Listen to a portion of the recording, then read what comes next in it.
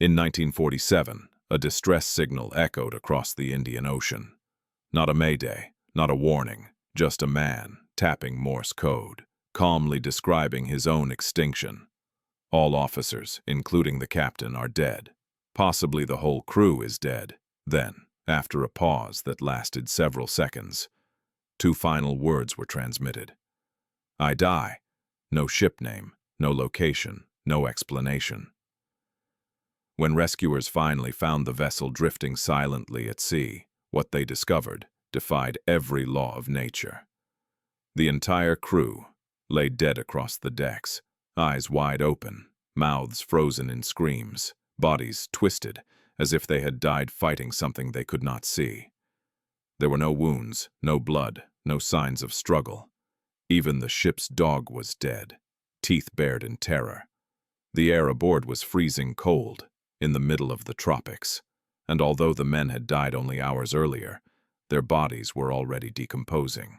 Then, just as the rescuers prepared to tow the ship to safety, it exploded. The vessel vanished beneath the waves, taking every piece of evidence with it. No wreck was ever found, no official records of the ship ever existed, and no government ever claimed responsibility. To this day, no one knows what killed the crew of the SS Orang Medan. Some say it was poison, some say it was a secret weapon. Others believe the crew saw something so terrifying. It killed them where they stood. But one thing is certain, whatever happened aboard that ship was never meant to be discovered, and the ocean made sure of that. The ocean has a memory. It remembers every ship that ever cut across its surface, every anchor dropped in fear, every scream swallowed beneath the waves. Some places remember more than others. The Strait of Malacca is one of them. Stretching like a narrow scar between the Malay Peninsula and Sumatra, this waterway is among the most important shipping routes on Earth. Nearly a quarter of the world's traded goods pass through it each year. Oil tankers, cargo freighters, container ships, day and night they move in endless procession. But beneath the commerce lies something older, something darker. For centuries, sailors have whispered about this strait. Pirates once ruled these waters, vanishing into fog-choked inlets after spilling blood on open decks. Storms here rise without warning. Compasses spin, radios crackle with static for no reason at all, and, sometimes, ships simply disappear. Entire vessels lost without distress calls, no wreckage, no survivors, just names crossed out of ledgers and forgotten by the world. Among all these losses, none has ever inspired the same dread as a single Dutch freighter, a ship whose crew died not in fire or flood, but in absolute terror. Her name was the SS Orang Medan. In June of 1947, radio operators stationed across Southeast Asia began intercepting a strange transmission. It was Morse code, weak, fragmented, desperate. All officers, including captain, are dead, lying in chart room and bridge, possibly whole crew dead. There was no ship name, no position, no explanation. Then came the final transmission. 2 words tapped slowly, as if the sender's strength was fading with every movement. I die. And then, silence. Operators attempted to respond. Nothing. The signal vanished as if it had never existed. Some dismissed it as a hoax. Others felt a chill crawl up their spine. The wording was wrong, too personal, too final. Distress calls didn't sound like that. Naval authorities triangulated the signal using British and Dutch listening posts. The location pointed to open water in the Indian Ocean, far from shipping lanes, far from help. Most vessels refused to investigate. One ship did not. The American merchant vessel, Silver Star, was closest to the coordinates. Captain Charles W. Moore knew maritime law. An SOS, no matter how strange, had to be answered. He altered course immediately. As the hours passed, tension thickened aboard the Silver Star. The sea was calm, the sky was clear. No storms, no debris, no signs of disaster. Then just after midday, the lookout spoke the words no one wanted to hear. "There's a ship ahead." Through binoculars, they saw it. A freighter, drifting, slightly listing to port. No smoke, no movement, no flags. As they closed in, the name on the stern became visible. SS Orang Medan. Repeated radio calls went unanswered. Signal lamps flashed. Nothing responded. The ship was alive, yet dead. Captain Moore ordered a boarding party. 8 men climbed into a lifeboat and crossed the unnaturally still water toward the silent freighter. The moment their boots touched the deck, something felt wrong. The air was cold. Not cool. Cold, despite the tropical sun burning overhead. It felt as if the warmth had been drained from the ship itself. Then they saw the first body. A sailor lay near the forward hatch, eyes wide open, staring at nothing. His mouth was frozen in a scream so intense it seemed carved into his face. Another body lay nearby, arms raised, fingers bent backward, as if trying to fight something invisible. Everywhere they looked, death.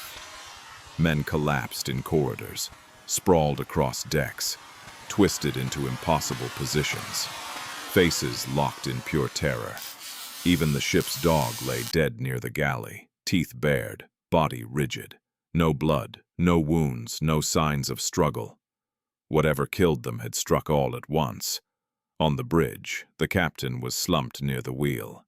In the chart room, officers lay beside open logbooks, unfinished. In the radio cabin, the operator sat at his post, one hand still resting on the Morse key. He had died mid-message. The boarding party checked the time. They had arrived only hours after the final transmission. Yet the bodies were already decomposing, skin mottled, discolored, as if exposed to intense heat. And yet, thermometers showed the temperature inside the ship was barely 4 degrees, nearly freezing. The men began to panic. No mechanical failures, no flooding, no fire damage. It felt as if the ship itself was watching them. Captain Moore ordered the Orang Medan to be towed to port. That was when the ship decided to erase itself. As tow lines were secured, smoke began rising from the forward cargo holds. Thin at first, then thicker. The smell hit next. Chemicals, burning metal, something wrong. Captain Moore screamed for the boarding party to evacuate. They barely reached their lifeboat when the smoke erupted violently from the hull. The tow lines were cut. Seconds later, the Orang Medan exploded. Witnesses said the entire ship lifted out of the water before tearing itself apart. The blast shattered windows aboard the Silver Star. Debris rained across the sea. Then just like that, the ship sank. Gone. No wreck, no evidence, no answers. Years later, investigators searched for records. There were none. No registration, no insurance claims, no shipping logs, no crew lists. It was as if the Orang Medan had never existed. Some said the ship sailed under false registry, common after World War II. Smugglers, intelligence agencies, and black market traders often erased ships from official history. One theory stood out: a secret cargo, potassium cyanide, nitroglycerin, or worse. Nerve agents seized from Nazi Germany. Tabun gas, a substance that kills in minutes, locks muscles in violent spasm, freezes faces in terror. Exactly like the bodies described. The gas evaporates quickly, leaves almost no trace, and when heated, it explodes. If the Orang Medan was carrying illegal chemical weapons, no government would admit it. It would be easier to let the ocean bury the truth. No families came forward. No nation demanded answers. The crew were ghosts long before they died. To this day, no wreck has ever been found. The coordinates lead to water miles deep, a graveyard of steel and secrets, and sometimes sailors passing through the Strait of Malacca still report strange radio interference. Brief bursts of Morse code. Too faint to translate, almost like a voice trying to finish a message it started decades ago. a message that ends the same way every time. I die. No one knows the name of the radio operator aboard the Orang Medan. No records survived, no photographs, no family ever came forward. But whoever he was, he died awake. Reconstructing the scene later, investigators realized something terrifying. The distress call had not been sent at the beginning of the incident. It was sent at the end.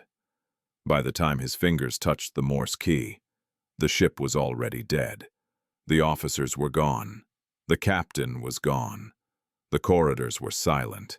The radio operator had locked himself inside the cabin as the gas, whatever it was, crept through the ventilation shafts.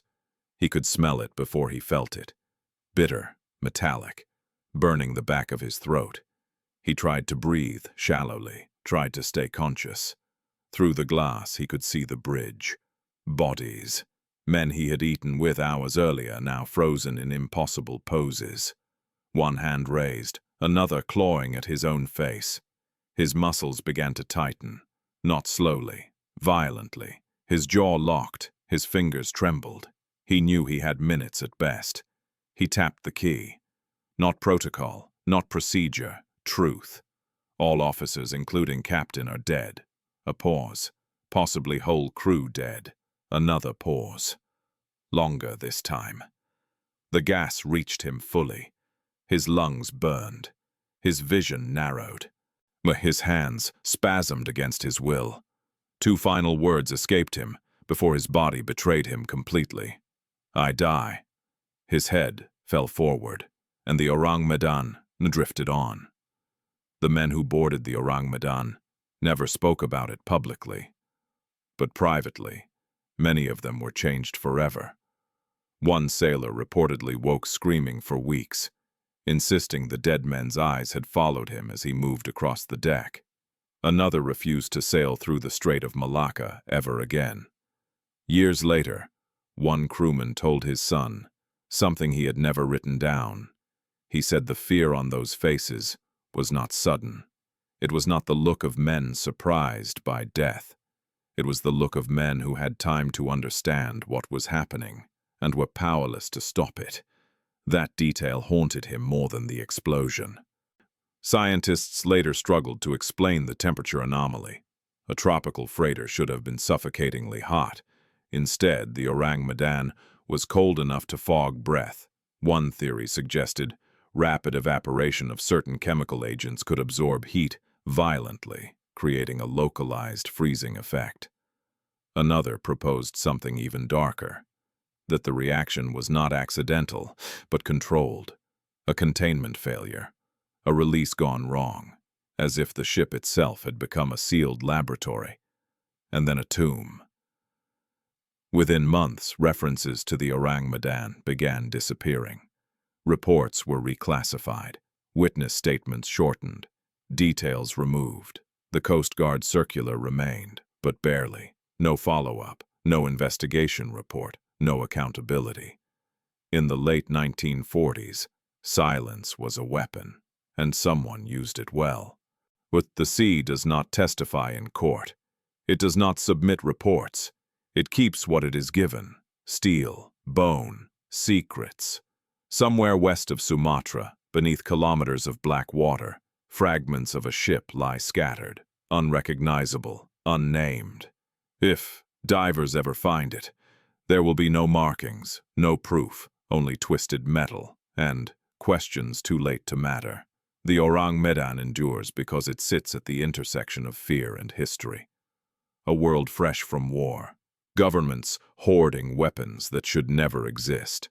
Men reduced to collateral damage, whether the ship was real or renamed, whether the cargo was chemical, military, or something worse.